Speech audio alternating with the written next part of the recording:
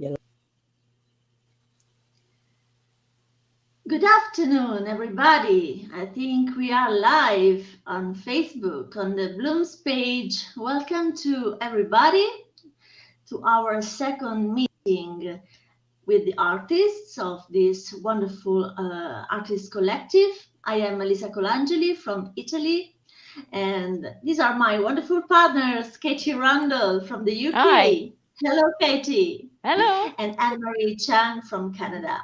Hello. So we are from all around the world, and we are welcoming you to join us to the third edition of the Bloomz Artist Show, which will be held on the 18th and 19th of June.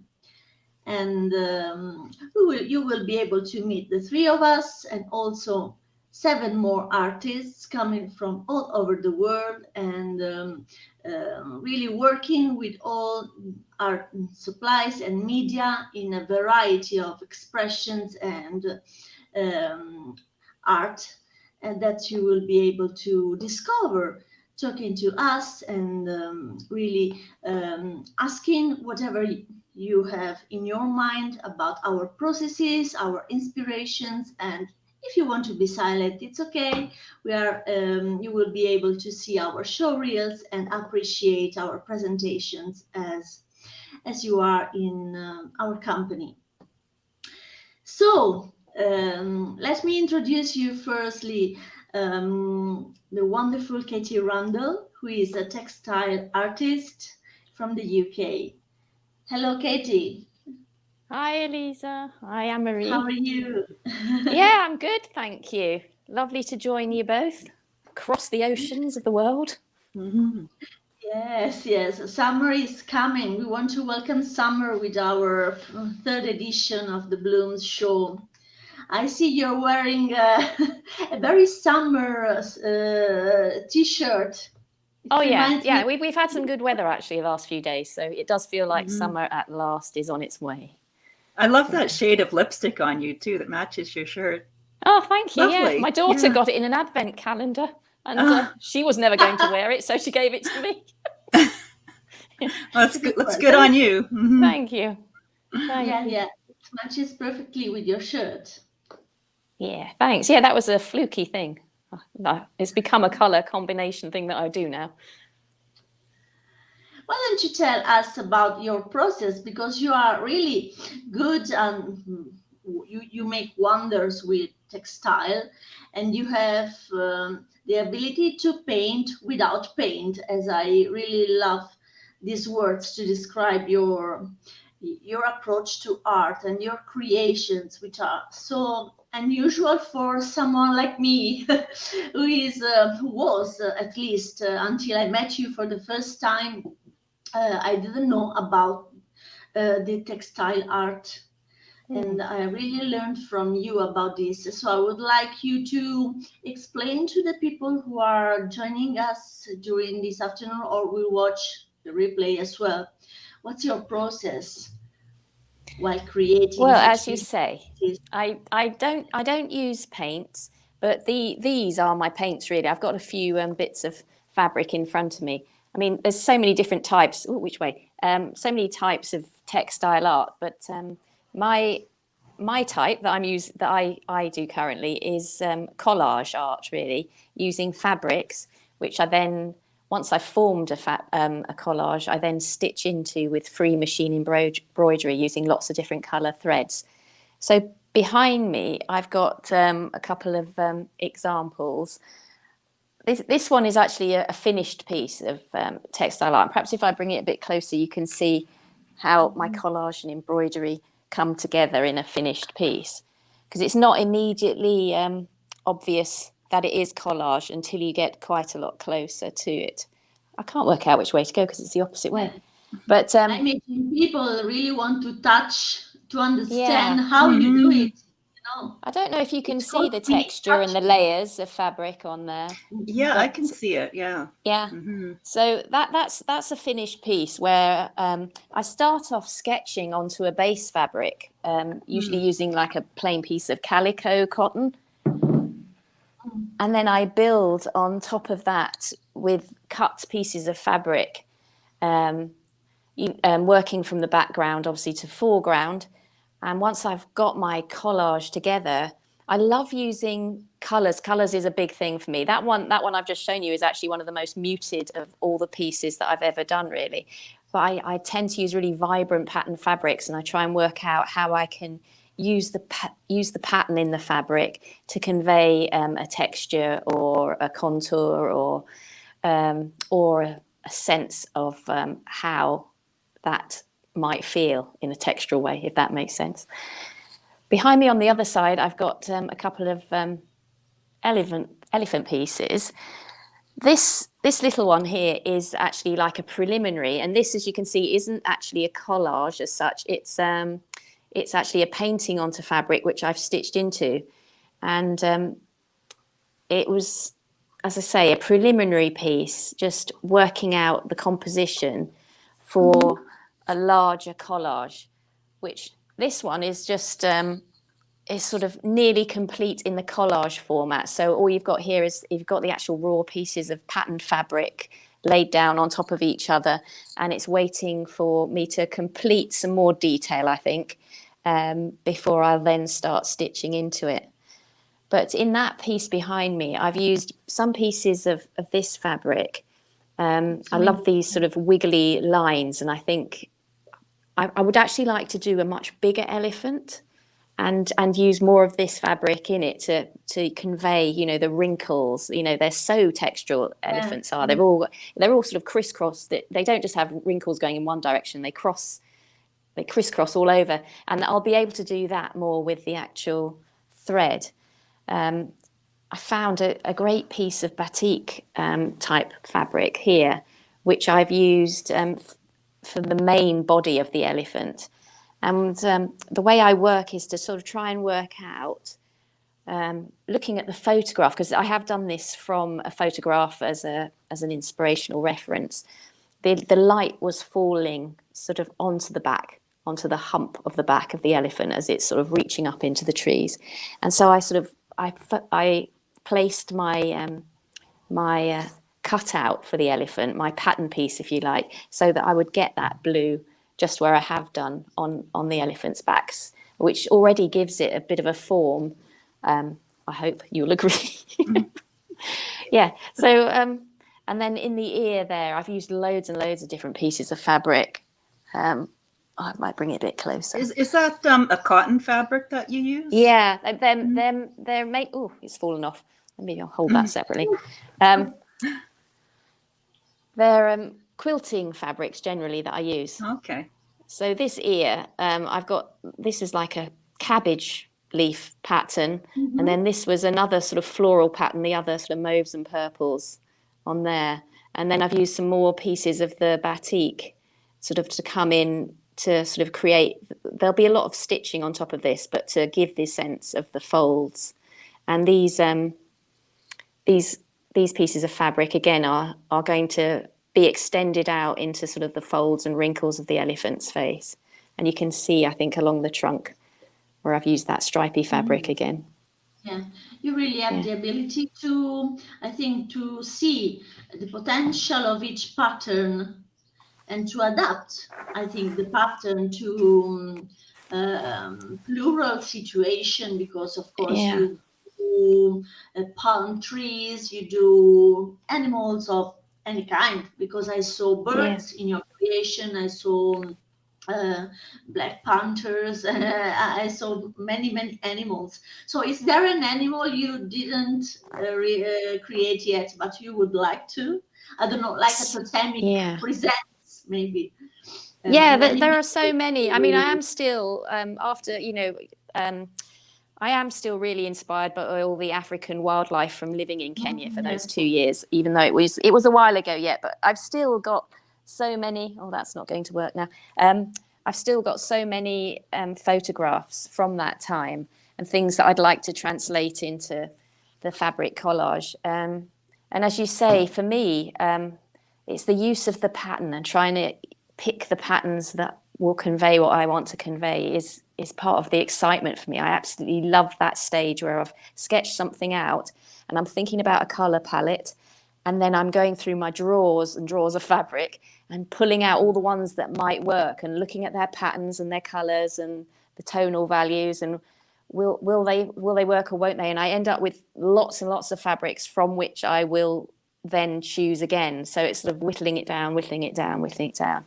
And for this piece here, the background in the photograph was very misty and soft.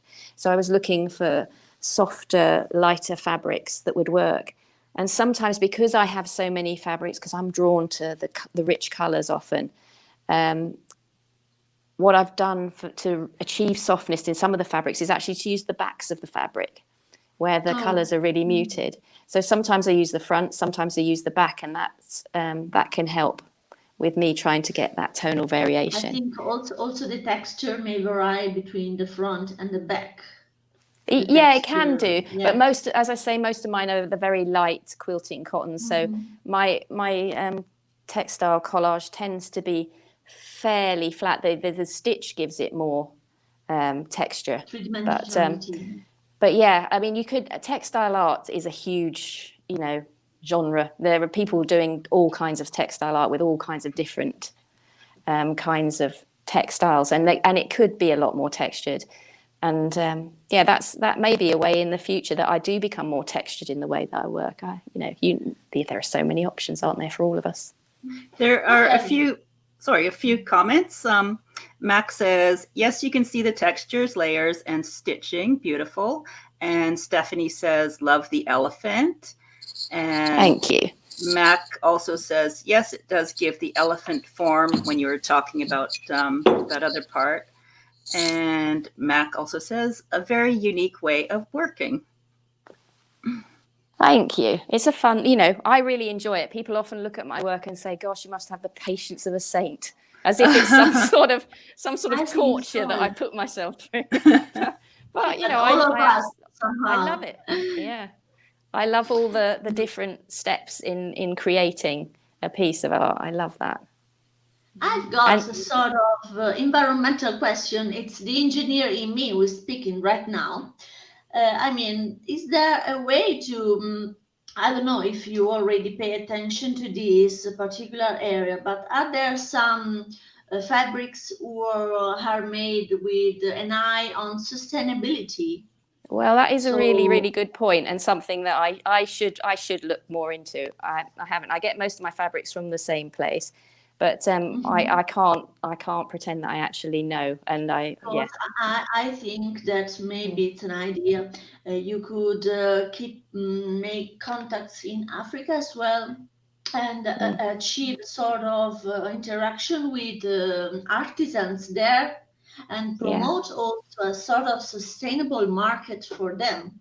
It could be an idea. Well, they do an amazing things. I mean, in Kenya, there is so much recycling, and everything that I bought, that was one of the things I loved about living in Kenya. Everything that I bought while I was in Kenya was, pre-owned, pre-loved. It was all markets, and there was an amazing place in the town that I was called Mitumba Arts, and so they brought all their fabrics from Mitumba, which was all stuff that people were throwing away in other countries that came to the markets. And there was that whole recycle, reuse ethos, which was brilliant there. I love it.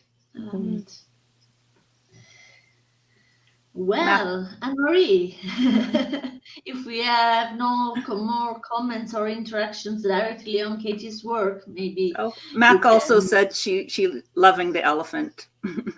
The last comment. Thanks, Mac. I love elephants because they have strong memories. So I don't know, movies and stories relate to the long memory of elephants, and it's also a female-centered society. That's another thing that I like it very much, especially me connected with women. But I would like you to, Ann-Marie, to introduce your work right now. So you are a spiritual artist, and you really show us a lot of symbolism. I think we are really interested in your approach to symbols and to, I think, religion and philosophy, no? Mm-hmm. You're midway between a lot of things. Yes, I'm going So through talk a big about your turning work. point and a lot of growth and spiritual transition in my life at the moment. The paint, I mostly work with acrylic. The ones behind me are acrylic on canvas. I also like to work with pen and ink and drawings. I do a lot of that. I also keep an artist journal type of thing where I do a bit of like watercolor and pen and ink, that sort of thing. I wanted to show you this one piece here.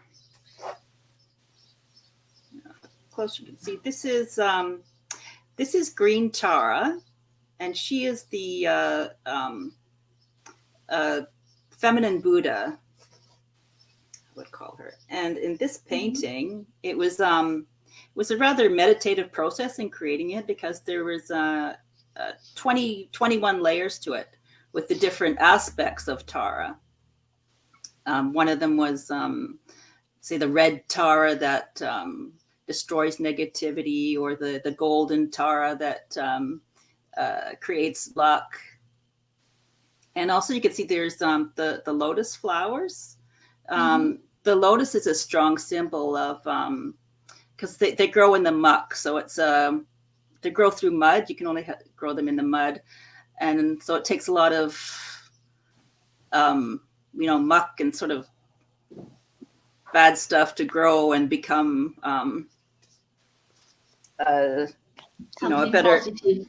better version of yourself, like to, and also, well, in the yoga, I'm also doing a yoga teacher training at the moment, which I'll be graduating on the weekend from that. Congratulations. So I want to show you, there's Hello, yeah. There's a mudra. It's a mudra is like a hand kind of gesture, and this is the lotus flower called Padma too. So I incorporate a lot of different things in the symbolism, and I think there's certain symbols that we are personally drawn to. Like, for example, I tend to be drawn to the spiral, and I think it's a symbol of growth, and I use that in a lot of my pieces. Like the one behind has a lot of spirals behind spirals. you. Yeah. Yeah, a lot of. Oh, I love that picture, that painting you were just showing us. So you're saying that there's sort of layers of other paintings beneath the painting we can see. Mm-hmm. But that sort of richness and depth comes through with all that color, I think. It's gorgeous. Yeah, it's a recent thing that I've been doing with the many multi-layers. In a lot of paintings, I will paint words on the like intentions, gratitude, whatever I want more of in my life. I will paint these words onto the base layer, which will be all covered, like you won't see it at all. You might see a little snippet here and there, and then the next layer is usually color, different intuitive colors, and then something may come out, or I may have something planned. For example, if I plan to paint an angel, this is the latest angel Beautiful. that I recently painted. Kind of Chagall-like colors too. I was just realizing after I finished it. But yeah, this started out with multiple layers within the background with the words, and then sort of abstract, just I did some stenciling too. Parts like stencils. Yeah, that's kind of a new thing that I've been doing too, just to add more of a richness and more of a texture to it. Yeah, you work with inks as well, or just diluting and glazing layer after layer? Because acrylics would be to covering. Yeah, these ones are all acrylic. I haven't used sometimes I might use a bit of ink. I'm kind of sporadic in the materials. But I like using, sometimes I add a little bit of metallic paint as well, and sometimes a little bit of fluorescent, kind of to make the colors brighter. Like I think you can see this one. I think that's got a bit of fluorescent paint in it, and it really like the orange really comes out. It looks more yellow on my screen right now, but it is. And what's that one of? Orange. It looks like some sort of castle. It's a castle. Yeah. Yeah. It's quite large, and there's I don't know if you can see it all. It's called the Happy Castle, and it's got a moat and a stream below, and it's just a feeling of magic and happiness. And yeah, definitely get that from it. Mm-hmm. I find them very mesmerizing. I love your creations, especially the last one with the angel in the Chagall colors. I love Chagall, so you're calling me to express my opinion on that. And I really appreciate that the figure really speaks to you and is looking at you like she wants to tell her own story. And do you relate your creations to a specific story, or the symbolism is the driving motive, leitmotif of your painting? Sometimes a story might come out when I'm finished. Maybe a story or a poem may come out, but I mainly it's more intuitive, I think. Oh, there's a few comments because it seems very structured. So you are amazing. I just want to read the few comments here that we have. The depth of color really shows in the final work. And Stephanie says the castle glows. And Max says, will these multiple layer paintings emanate the intentions, the essence of, example, green tar, the female Buddha? Yeah, I think they do evoke the intentions, because green tar she's the goddess of compassion. So I think that comes through in the final. What is that gesture with the hand that she does? I'm totally far away from Eastern culture, and so really I'm asking you to explain the meaning. Yeah, there's multiple mudras. It's part of yoga. Like you can hold the two fingers together, and it's a focus, and it focuses on perhaps a different part of the body. Like they're all there's so many variations. I kind of forget what that one is. It's the third finger. This one here. I forget the meaning of that, but don't worry. I will let you know. It's a meaning, okay. Yeah. There's a meaning attached to the certain, yeah. I love it. And how are you planning to manage your future as yoga teacher with the painting? I also know that you have got a Facebook group, which I really invite you to check, to our viewers, about the introducing people to create art and make art, and discovering our potential artists within, because we are all potential artists somehow. And it's good that we can explore our artistic side even if it's unknown to us. How did you come to this idea? Well, I've been taking a course. It's called Creatively Fit Coaching Training with Whitney Freya, and what I'm learning how to sort of bring out the inner artist that's in everybody, and I want to teach people to create their own personal sacred painting practice, which everyone can do. And I'm going to be teaching this through a series of meditations and exercises. So that you can find your inner artist. Do you think your art has changed then with what you've been learning recently?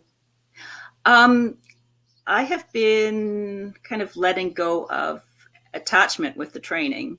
I've been painting over paintings that have finished already, completed paintings, and I've just been painting over them, letting them go, which is kind of interesting. And how does that feel then? It's very freeing, actually, to not become attached to something. But did you decide to paint over them because you didn't like them anymore, or because maybe you thought that they didn't represent you anymore? So it's a sort of a connection, no, between you and the creation, I think. Yes, some of them were old paintings that I didn't feel they represented me in the present. So some of them are old, but I did a new series of paintings where I did 12 paintings in one painting that was painted over as part of an exercise too.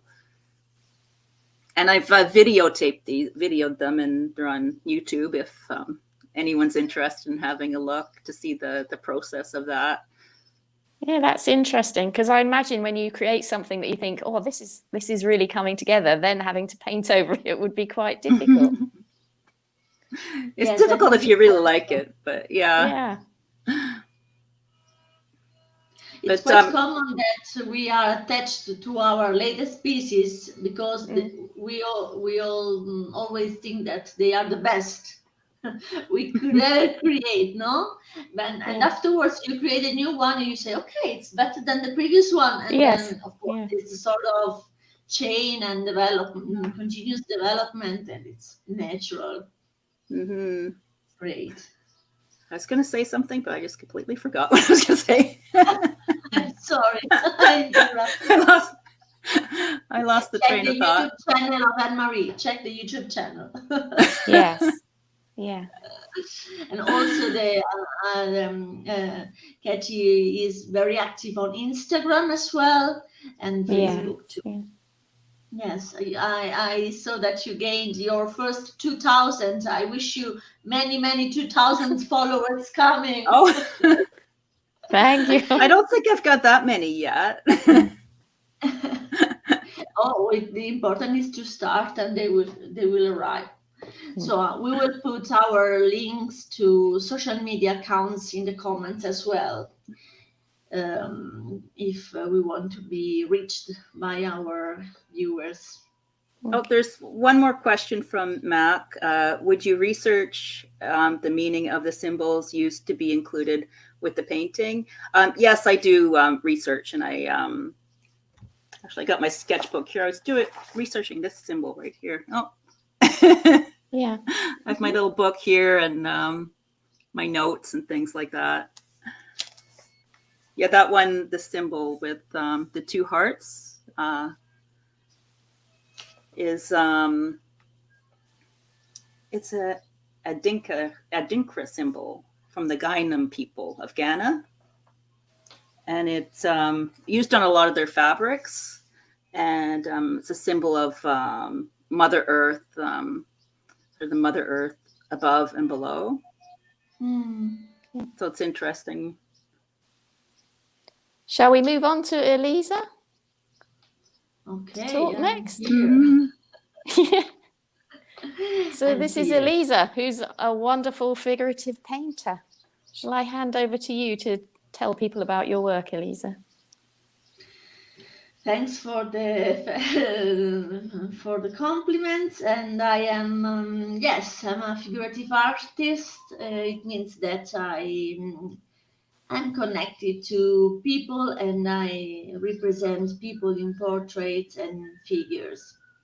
And this is I think the final point of my way of being, because I am an empath, so I tend to feel strongly the feelings, and if I am happy, I think I'm happier than the others.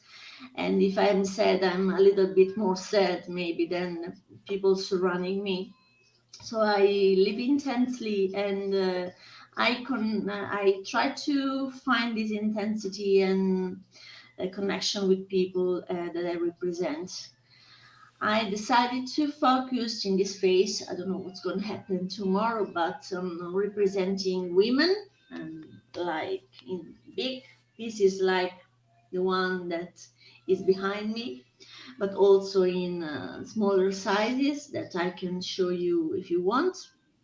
And I think that this is the connection with women is because, of course, I am a woman, and I really know that being a woman today in the modern society is something which is very difficult, because we have to manage many levels of engagement and reality. And I am as well a mom, a mother of 2 kids, and a wife, and also a professional, because I'm not a full-time artist, not yet at least. I work for the government as an engineer, so I have to face many difficulties and many challenges, and I want to celebrate the real women who face challenges and win challenges daily. And necessarily, you don't have to make great things in your life, like no, I don't know, climbing the Everest mountain, but the thing that you are set in your equilibrium while all the others go around you, and you're able to keep your faith in yourself, is already a great win for me. That's why I represent women, because I Better, but shine. yeah, it's better if you This is twist it a little bit that way. That's it. That's one much of better.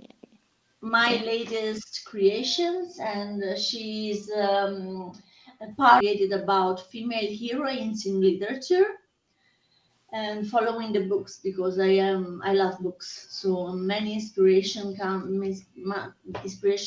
from books and poems, stories in general. And this is a portrait of Penelope from the Odyssey.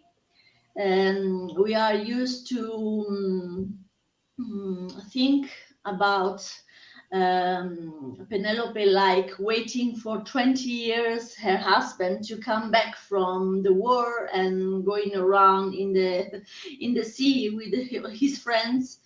And there is a sort of stereotype about the attitude of this woman, who is just a keeper of her house, and she tries to protect the kingdom, from other people who wants to get married with her. But I decided to represent her as a woman that even if she gets older, because 20 years go by since Ulysses goes away to fight, and the moment when he comes back, she has a sort of sensuality that time can change. And so she is always waiting for him. And even if she is of course older, she is sensual, she is uh, full of energy, as the day when he left. It's sort of reinterpretation of a traditional stereotype, I think. And I did this work with all the paintings that I've done in this series of works that I am going to show at our event.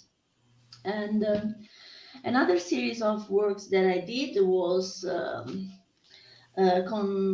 focused on the use of the Zorn palette, which is a sort of simplified. I don't know how to to display this because of the sun. Okay, so a simplified palette of colors related to the tradition of portraiture in the 18th and 19th century. And this is a small piece because it's only 20 centimeters by 20. and displaying a girl meditating.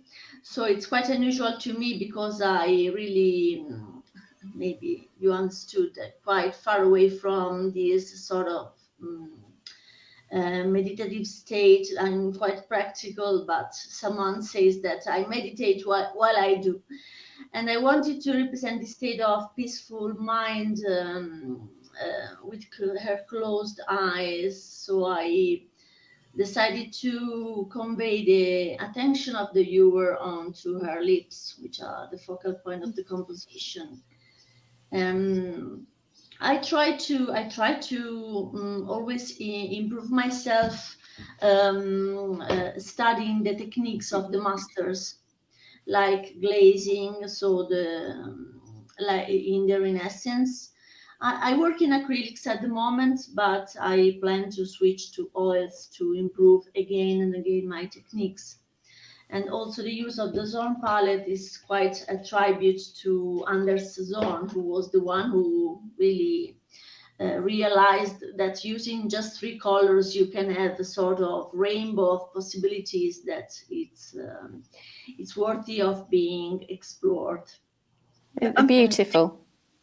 Do you Thank use you. a reference, or does it come from your imagination? I would like to be intuitive, but I'm still not. So my rationality still has importance, and at the moment I work from references. But I'm quite selective, I should say. So it takes time to me to find a reference that really speaks to me. But when I find it, I think that it's quite spontaneous that I build a story around this character who I'm building up. And finally, I try to couple the image that I create with a story.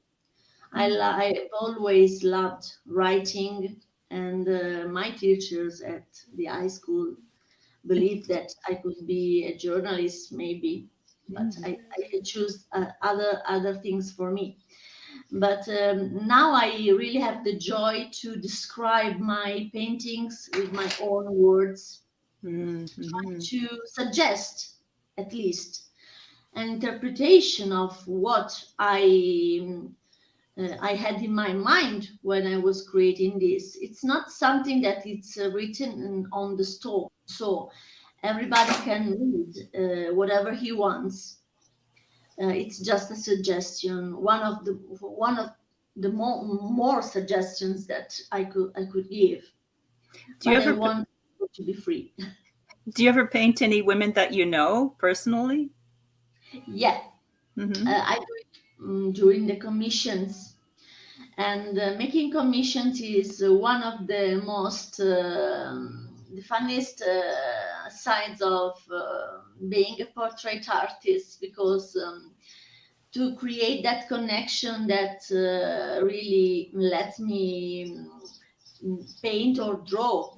If I use charcoal, the person, I need to speak to the person, so I really try to make phone calls or organize Zoom sessions, because I really want to understand the people, the person I'm going to draw, and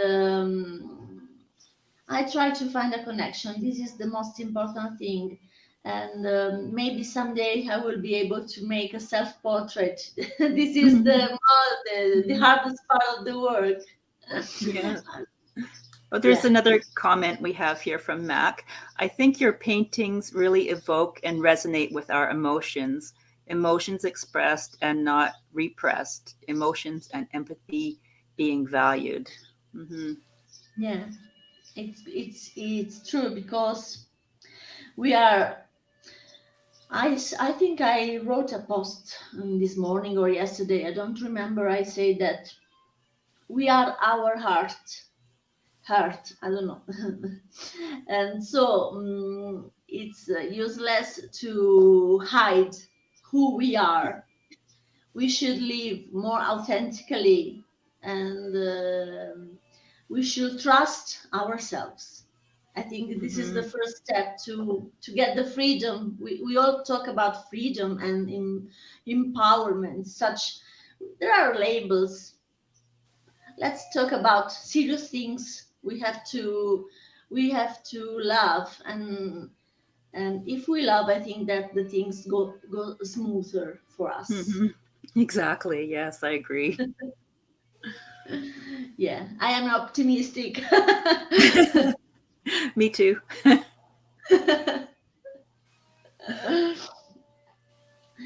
Anne-Marie, what is your daily routine? I'm interested in understanding how you prepare yourself to paint. If you like painting in the morning, or in the morning you meditate, what's your daily routine? And the same to Katy afterwards. Well, every day is kind of different, but I usually like to get some meditation in the morning. I kind of just lie in bed after I wake up and kind of try and remember my dreams. I just lie and meditate and kind of get up slowly. And I usually do the mornings is usually if I have any like business work to do, like paperwork or whatever, like social media stuff to do. It's usually the mornings, get that out of the way. And I like to get in some kind of movement every day, whether that be going out for a walk, walking in nature, or doing some yoga. But I have to get some movement every day. And painting, it usually comes at random times, whenever I have time for it. So it's, yeah, kind of not too much of a routine. Well, for me, I have a dog, so I have to have a routine. So I have to get up and I mean, I do love that routine, actually, going out walking every morning. And I head off to the woods quite often, and that's my place. It's not really meditation, but it feels like my daily meditation. Things come to me when I'm walking that wouldn't normally. It just gives you that space, and just to be in nature is just the best, isn't it? I like to exercise regularly, but I don't do it. I mean, I walk every day, but I try and get in a couple of runs. I say run, shuffle, a couple of times a week. Once I come in from that, if I've been jogging, obviously I'll have to then have a shower and I'll have my breakfast, and I sort of then start my day beyond that. And that's when normally I would head off to the studio and start on working on whatever project I'm doing. Early afternoon, often I'm mid-afternoon, maybe I'm back, and I sort of look at the social media side of things. I do most of my posting usually in the evenings. That's when things again pop into my mind. When I'm relaxing in front of the TV, I think, oh, I could do that. Oh, I could do that. And then I'll but I have to walk the dog again in the afternoon, so I go out again in the afternoon. But that's my usual routine. If I'm like at the moment, I'm doing a course, so I have some sort of reading and preparation to do for that. For me, it's difficult sometimes to work out what's best to do first, but usually my art needs my energy first, and then the coursework will come later in the day. What about you, Elisa? My daily routine is made of kids going to school at least until the next week, and then in the morning I do my technical stuff as an engineer, and after lunch I can start thinking about posting or painting. I've recently recorded a class for one year long course, which will be held in 2022. So I was busy in filming and now editing. I have a lot of technical problems that I'm trying to solve in order to finish these things. And I have a cat, so I have an animal who comes around every now and then. gives me so much joy. But yes, it's quite hard for me to have some me time, and I really force myself to find some because I would have so many things to think about, especially the kids, because they, of course, they play with each other, but they require attention at the moment. They are still quite young and not autonomous at all. Not autonomous at all. But Oh, Julie's here. She I will says, survive. Yeah, na, na, na, na, na. So I think that we are to our 35 minutes live. So it's a great session. I think that we can come to the end of this appointment. So I really want to close by inviting you again to join us to our third Bloomz Art Show on Zoom, because it's held on Zoom. So from your houses, you will be able to come into our studios, because basically we are also here from home, connecting to all of you. And entrance is free, as you see in the banner below, but you have to take your free ticket. Just check our website. You find over my head and also in the banner below. And we really are excited about the idea of meeting new people, having wonderful conversation, and getting energy and giving energy, because of course all is connection. So thank you to Ann-Marie Cheung from Canada. Thank you. Really looking forward to the show. Katy from the UK. Thank you, Elisa from Italy. Bye-bye. See you soon. See you. Bye-bye. Bye-bye.